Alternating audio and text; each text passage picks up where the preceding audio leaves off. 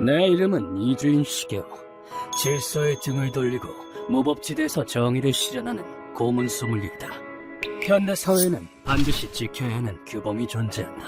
아, 또 죽였네. 규칙을 어기는 자는 법의 심판을 받는다. 피고인을 사형에 처한다. 사형? 너도 확 죽여버린다!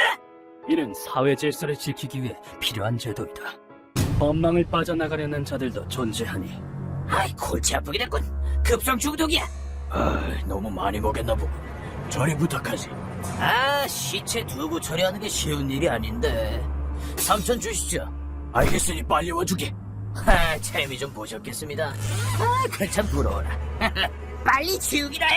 돈은 지불하지!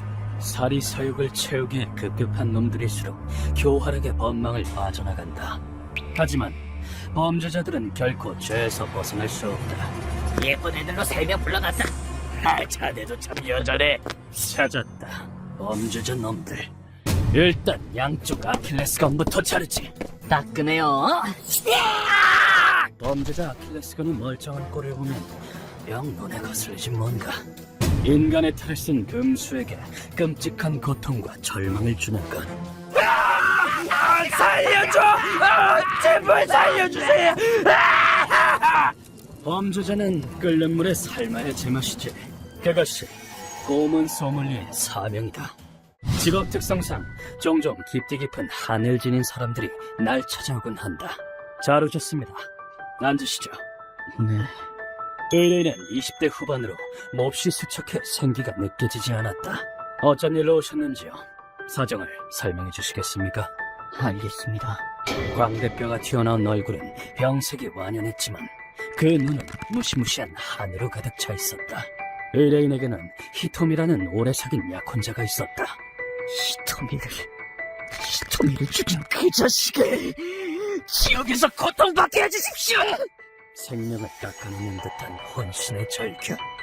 의뢰인의 눈은 붉게 충혈되어 있었다. 이야기는 2년 전으로 거슬러 올라간다. 이제 아빠 빚도 그만 갚겠다. 정말 고생이 많았어. 빚을 다 갚으면 결혼하자. 히토미 씨는 사망한 부친이 남기고 간 빚을 지고 있었다. 히토미 씨는 빚을 갚기 위해 접대부로 일했다. 우리 히토미는 언제 봐도 예쁘다. 오늘 밤에 시간 돼? 아이 참, 터치는 안 되는 거 아시면서. 힘든 일도 많았지만 의뢰인과의 결혼을 꿈꾸며 아등바등 일을 했다. 그런데 빚을 청산하기 직전 히토미 씨에게 어두운 그림자가 드리웠다. 하여간 언제 봐도 허접하기 그지없어요, 이 가게는. 호통을 친 남자는 범죄 집단의 리더이자 히토미 씨 부친의 채권자였다. 히토미 씨의 부친은 당시 경영자였는데 제발 3천만 원만 빌려주십시오. 우리 이자율이 만만치 않은데. 회사 자금 조달에 어려움을 겪고 사채에 손을 대고 말았다. 그 후 부담감을 견디다 못한 히토미 씨의 부친은 48세의 나이로 뇌경색으로 급사했다. 엄마, 걱정하지 마. 빚은 내가 다 해결할게. 빚을 갚을 능력이 없는 모친 대신 히토미 씨가 빚을 짊어지게 됐다. 남자는 가게에 들어서자마자 히토미 씨를 지명해 제 옆에 앉혔다. 알지? 곧 변제일인 거. 네, 준비 다 됐어요. 빚은 다 갚을 거예요. 간신히 남자의 순하게에서 벗어나는가 싶었는데 남자는 히토미 씨의 말을 듣더니 뻔뻔하게 입꼬리를 올렸다. 오호, 다 갚겠다고? 3천만 원을? 3천만 원이라뇨? 그럴 리가 없는데 대체 무슨 소리예요? 남은 빚은 히토미 씨가 생각했던 것보다 훨씬 많았던 것이다. 내가 말했을 텐데 올해부터 열흘에 5알씩 이자가 붙는다고. 아니, 그런 게 어딨어요. 불법이잖아요. 내가 법을 지킬 위인으로 보이냐? 넌 절대 도망 못 가. 그 말을 들은 순간 히토미 씨는 넋이 나갔다. 절망한 히토미 씨는 다음날 일을 관두고 놈들에게 걸려오는 전화를 모두 무시했다. 돈은 내가 벌면 되지. 자기 아무 걱정하지 마. 미안해. 밥 해놓고 기다릴게. 끔찍한 현실을 부정하고 집에만 틀어박혀 있었다. 그런데 의뢰인이 출근하자마자 지옥이 펼쳐졌으니. 오편 왔습니다. 네, 나가요. 한참 찾았네. 야, 끌고 가. 예. 히토미 씨는 놈들의 아지트로 끌려가고 말았다. 히토미 씨를 기다리고 있었던 건 죽음보다 더한 지옥 같은 나날이었다. 이게 감히 돈 안 갚고 되었겠다. 존엄성을 무참히 짓밟히고 가차없이 폭행됐다. 만행은 30일이나 이어졌다. 가차없이 폭행을 당한 히토미 씨의 얼굴은 이빨이란 이빨은 죄다 나갔네. 아이 띠빨. 마치 농구공처럼 부어올랐다. 33일 후 히토미 씨는 목숨을 잃었다. 아, 여자 하나 죽었다. 처리 좀 도와라. 그런데 놈들의 정신나간 수행은 거기서 끝나지 않았다. 남자는 커다란 곰인형을 하나 가져와선 야, 인형 좀 다 빼. 예. 인형의 솜을 모조리 빼라고 지시했다. 여자를 인형 안에 넣어. 네? 아, 예. 그러더니 히토미 씨를 인형 안에 넣으라고 부하에게 명령했다. 남자는 벌어진 인형의 배를 꿰맸고 옛다. 새 몸이다. 내 덕에 다시 태어나는 줄 알라고. 그렇게 말하며 소름 끼치는 미소를 지었다. 그뿐만 아니라 인형을 대형 폐기물이랍시고 내다버렸다. 그런 허술한 처리론 머지않아 들킬 걸 예상했는지 아, 제가 지시해서 벌인 일입니다. 삐질진 부하를 협박해 주범으로 세워 자수했다. 재판하는 도중에도 아, 그놈이 억지로 시켜서 했습니다. 말도 안 되는 거짓부렁을 늘어놓았고 주범의 경우는 무기징역을, 다른 두 명에게는 징역을 2년을 선고한다. 고작 징역 2년이라는 가벼운 처벌을 받고 그쳤다. 그리고 그 남자가 출소했단 말씀이시군요. 그런데 그 남자가 주범이란 건 어떻게 하셨습니까? 이 인형간 놈의 길을 캤습니다. 조사해보니 놈이 조직의 우두머리더군요. 부하들은 놈을 몹시 두려워했습니다. 그런데 부하가 억지로 시켰다. 말도 안 되는 소리죠. 그리고 무엇보다 그놈의 표정이 가장 큰 증거입니다. 놈이 주범이 아니라면 왜 법정을 났을 때 날 보고 씨고 샀겠냔 말입니다. 오죽 한스럽고 분했으면 피눈물에 피까지 토할까. 악에 바친 절규가 내 가슴에 사무쳤다. 사랑하는 사람을 무참하게 잃고 2년이나 진범의 뒤를 캐는 동안 얼마나 고통스러웠겠는가. 더 이상 놈을 쫓으실 필요는 없습니다. 은을 받아들이자. 잘 부탁드립니다. 두 사람의 한은 바로 나, 고문 소믈리에가 거두기로 했다. 죄 없는 여성을 유린하고 때려 죽인 것도 모자라 시신을 인형 안에 넣고 유기까지 하다니 그게 인간이 할 짓인가? 죽고 싶어도 죽지 못하게 해주지. 피와 살과 내장이 없어진데도 영영 고통 속에서 살아 숨쉬어야 할 거다. 네놈이 인간이길 포기했다면 나도 똑같이 인간이길 포기하는 수밖에.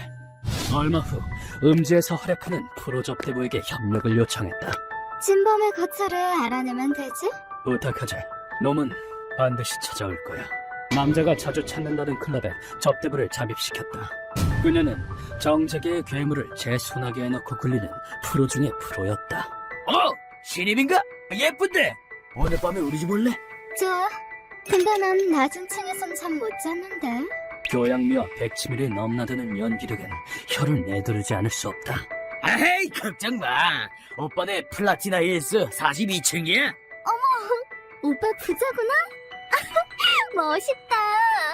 꼭 이런 얼간이들이 높은 층을 선호하더라. 접대부의 목걸이엔 소형 마이크가 내장되어 있다. 남자의 목소린 마이크를 통해 내 귀에 똑똑히 전달되었다. 루카, 플라티나 힐스 42층이다. 출발하지. 알겠습니다. 우리는 남자보다 먼저 목적지에 도착했다. 잠시 후 접대부에게 정신이 팔린 남자가 집안에 들어섰다. 너 뭐야? 나? 거짓으로 점철된 재판을 재심하는 염라대왕이다. 니까지 꽤 높은 층이 가당키나 해? 지옥 밑바닥으로 꺼지시지. 고문실에서 눈을 뜬 놈은 위협이라도 하느냐 고래고래 소리쳤다. 이 자식이 죽고 싶어서 환장했다. 내 부하가 몇 명 줄 알아? 내 한마디면 넌 끝장이야. 여기서 난리 친다고 부하들이 잘 도우겠다. 멍청한 놈. 여기 잡혀온 범죄자들은 되지도 않은 헛소리에 늘어놓는 게 특기인가. 항상 그래왔듯이 나는 놈에게 물었다. 이 여성이 누군지 알지? 죄 없는 사람을 죽음으로 몰아넣고 양심의 가책이 느껴지지 않나? 전 주범이 시켜서 한 거거든요. 족칠 거면 깜빵 안에 있는 주범이나 족칠 것이지. 의뢰인이 모든 조사를 마친 와중에 시치미를 떼시겠다. 지금 그걸 연기라고 하나? 다신 못 걷게 발부터 조져주마. 뭐? 슬개골부터 박살 내주지. 본격적으로 징벌을 시작해볼까. 루카, 그걸 꺼내주게. 네, 여기 있습니다. 네 놈에게 선물을 주지.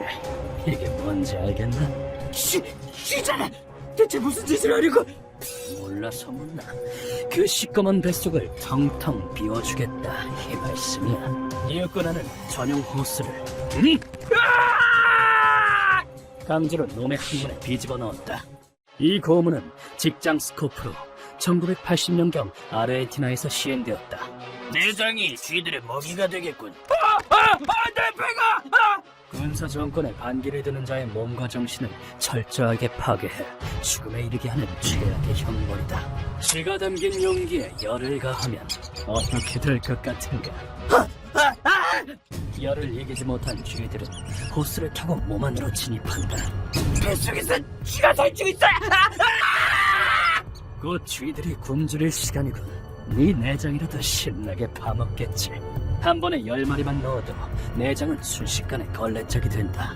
이대로 방치만 하면 숨이 끊어지겠지만 쥐 좀 꺼내자! 배 아파! 미칠 것 같아! 좋아, 도와주지. 배를 쥐지면 쥐들도 복귀하겠지. 사람을 한 달이나 고문해놓고 자기는 쉽게 죽겠다니 일이 뻔뻔할 때가. 여거 이 짓을 반복해. 쥐들이 내장을 야금야금 뜯어먹도록. 네. 그렇다고 죽이진 마라. 이딴 놈은 쉽게 죽을 가치도 없어. 까딱해서 죽이면 안 된다. 알겠습니다. 고문 소믈리의 진면목을 보여주지. 고문은 16일간 이어졌다. 뱃속에서 쥐가! 인지야 나왔군. 몸 안에 있던 쥐들이 배를 찢거나 얼굴에 드러냈다. 잘할 쥐가 아니야. 땅지도 않은 소리를 살려준다니까. 그래. 넌 바느질을 좋아하던가. 루카와 그 남자 불러와. 네? 이럴 줄 알고 어떤 인물을 초청하던 참이었다. 이 남자는 음지에서 활약하는 천재 의사로 양지에서 하지 못하는 수술을 전문으로 한다. 이놈의 배를 좀 꿰매주겠나? 아직 죽이긴 아까워서 말이지. 좋아, 20분이면 돼. 이윽고 의사가 수술을 시작했다. 수술 성공. 며칠은 가뿐히 버틸 수 있을 거야. 몇 번을 봐도 솜씨가 대단하단 말이야. 이봐, 잘 됐네. 목숨을 건져서. 이제 그만. 수술 덕분인지 남자가 간신히 쥐어짜낸 목소리로 용서를 구했다. 적어도 50일 이상은 살려둘 테니 그리하라. 그 끝은 죽음이겠지만 말이지. 거 시작해. 예. 배를 꿰맨 지 얼마 지나지 않아 몸 안에 쥐를 넣는 고문을 재개했다. 그리고 52일 후 놈은 배를 완전히 파먹혀 사망했다. 사람이 기껏 치료해줬더니만 범죄자의 최후란 어쩜 이리도 허망한지. 맞는 말씀입니다. 나중에 들은 바론, 웬 빨간머리 남자가 단신으로 놈이 이끌던 조직을 괴멸시켰다고 한다. 의뢰를 끝낸 뒤 의뢰인에게 보고를 마쳤다. 놈은 죽었습니다. 52일 만에. 이로써 피해자가 안식을 얻는다면 나는 기꺼이 어둠 속에 몸을 던지리라. 그것이 내 사명이니까.